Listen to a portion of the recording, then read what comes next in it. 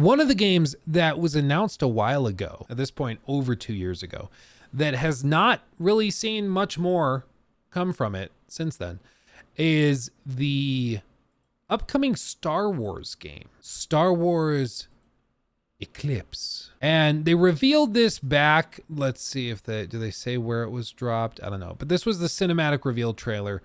And it looked pretty good. I mean, it seemed really interesting. It had overwhelmingly positive responses to it. 21 million views. I mean, that should tell you people are pretty interested in this. So people are interested. The world building seems interesting. Granted, it's a cinematic trailer, so there's not much to take from this.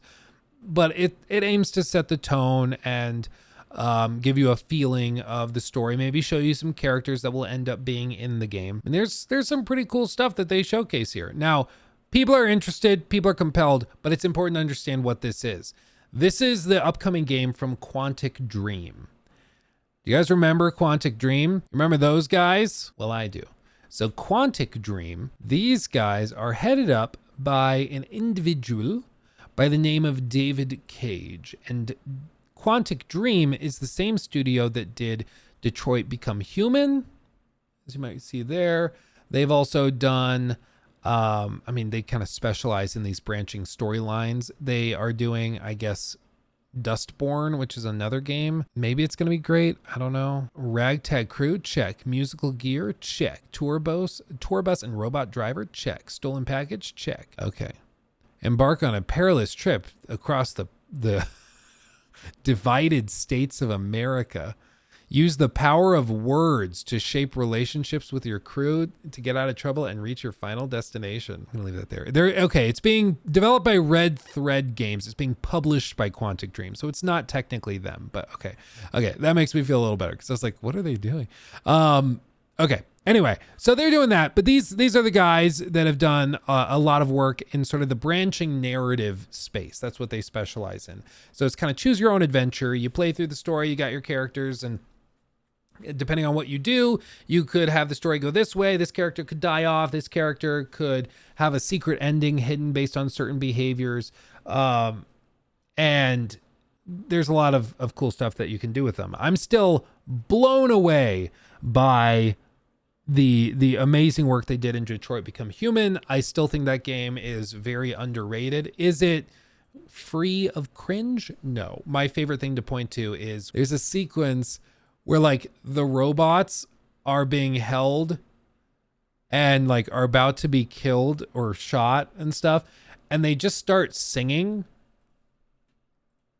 Fight on, just a little while longer. So it can be a little cringe. Granted, this is one ending out of like 200 or 300 or 400, however many there are. This is like one very specific thing that I'm cherry picking that is particularly funny and cringy. There's also a couple of other things, like all of the robots are being collected to be sent off for decommissioning, which, I mean, in the context of androids, yeah, they're going to shut them down, wipe their software and reset them because they're all starting to rebel and they're forgetting their place. Tell you what. And then they try to do it like clearly symbolizing and drawing parallels to the Holocaust. So they bring all of these robots together and are sending them into these like decommissioned chambers to be decommissioned together, and they like strip their clothes off and stuff. And it's like, guys, I get what you're doing. It's a little heavy-handed. I don't think you had to be that heavy-handed with it. The message still gets across, you know? So there's some times where I feel like they're a little too heavy-handed. There's other times like this where it's like, I think this was supposed to be beautiful. It just comes off as kind of cringy, a bunch of robots singing, and then the humans being like, you're right, we should all be friends now. You know, it's just kind of weird. And then there's other limitations, like technologically, they're not able to actually have a lot of characters on screen. And so this is like the big like precipice of the conflict. This is where all of it's been building to.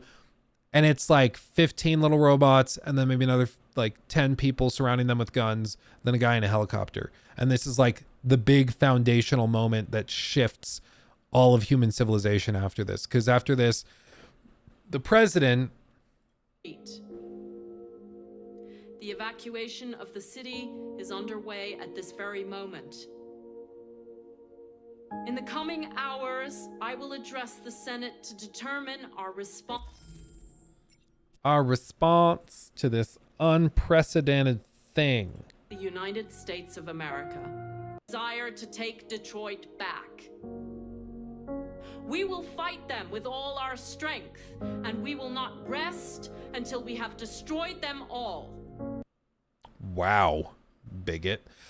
So there's some weird things. She doesn't even sound like she's from the US. Apparently this is a thing, Fornsa, was that she was, I think, a French actress, I think is what, she wasn't American. She spoke a different language primarily, but she was cast in the role, and then she is doing an American accent, and it doesn't sound quite right if you are American or if you're familiar with American accents. So it's just a little off, and it makes it sound weird. So there were all sorts of like fan theories that the president was actually an android herself and stuff. None of that's the case. She is a human, but it is funny to think just because her voice is a little bit off, just with the dialect or whatever. It's unrelated though. However, it's a very, very good game. It's easy to point at like 2 or 3 really cringy, clunky things and be like, therefore, the game is super bad. No, the whole game is wildly impressive. It is crazy, crazy impressive and very, very good. This is one thing we're cherry picking because, yeah, we're using it as an example of David Cage being a little cringy at times. Now, David Cage is the guy that runs this company. He runs the studio. And he's an interesting character, I'll tell you what. So this is him, David de Grottola, also known as David Cage. He's a French video game designer, writer, and musician, and he founded Quantic Dream, and he is the one that like primarily heads up a lot of the writing on this stuff. And again, I think generally he does a good job. However, there's some controversies. You can Google a lot of it, but a little while back, there were some allegations against him, including misogyny and homophobia at Quantic Dream. Off the top of my head, the only accusation I can remember is someone saying that he said, quote, "I don't make games for FAGSs," end quote. So that's the gist of it. He claims the accusations are false, so there's a lot of controversy there. My stance is usually if there's evidence to suggest that these claims are valid, then we can take them and deal with them. I've tried digging into this stuff, and as far as I can tell, none of the allegations have ever been confirmed or supported by any evidence. So it seems like people just saying stuff. And at that point, I'm not willing to cancel somebody because somebody said something. You know, I think that that's just not fair to anybody. If there's evidence that he actually says this, if there's emails and stuff, then we can deal with it. But as of right now, as far as I'm aware, it's only people saying that this guy said something.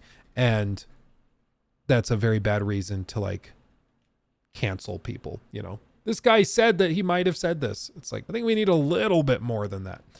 However, what is the case is that, yeah, he's probably pretty full of himself. He's a little cocky, and occasionally he writes kind of heavy-handedly, and it can be a little clunky. However, I still think Detroit Become Human is broadly really, really good. Really, really good.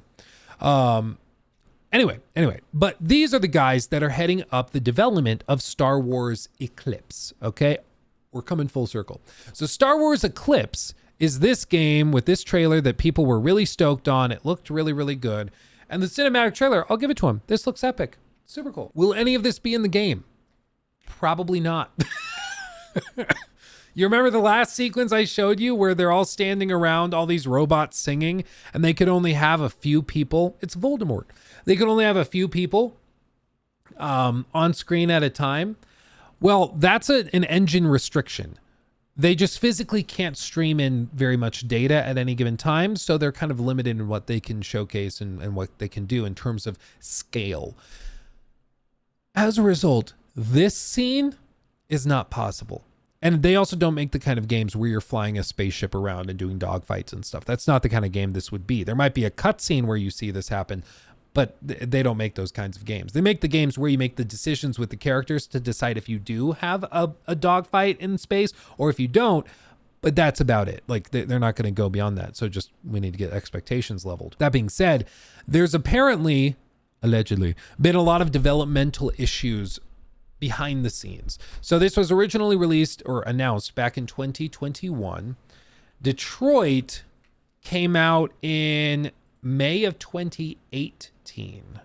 So after 3 years, they announced it. It's been going on 6 years since the release of their last major game. And apparently they are still a ways off. So there's rumors and people with insider knowledge saying that this Star Wars game, is still probably 4+ years out. It's a ways off. They claim that it's an action adventure game. It features multiple lead characters and a branching narrative similar to Detroit Become Human. You explore a story that takes place in the High Republic era of Star Wars timeline. First announced back in 2021, it was said to be in early development at that time, and there's been some delays and some struggles. They show some other stuff. They described it as early in development at the Game Awards. Reports emerged towards the end of 21 that suggesting that Star Wars Eclipse is apparently at least 3 to 4 years away from launch. Quantic Dream went on to respond to the reports to reaffirm that there have been no delays since no launch date has been confirmed. That's a little coy. If it's like, hey, apparently they're having development issues and they keep having to delay it internally, and be like, we haven't delayed it because we never said when it was coming out. No, we said internal delays. We said that like you were thinking in the team, hey, we're going to release this in 22. In December of 23 or whatever it would have been. And then for you to be like, no, actually we're not delaying it at all because we never said when it was released. It's like, okay, if we're gonna just nitpick and be like super precise, I guess we can do that. But beyond that, nothing officially has really been said. However, there have been leaks and rumors and stuff about the development process suggesting that they've had to do major reworks of their engine and a ton of coding work and stuff because their engine just simply was not able to keep up with the bigger scale of this game that they're aiming for. They want to do something really epic. They want to have these big city scenes where there's tons of NPCs and stuff, and that just frankly is not doable given the engine that was running based off of the PS4 version. They need a little bit more. So they've been doing a lot of working with their proprietary engine to get that working. Beyond that, when they discuss the story, it's promising to be a new type of Quantic Dream game. The studio known for games like Detroit Become Human and Heavy Rain. It will route their gameplay through branching narrative paths and limited input.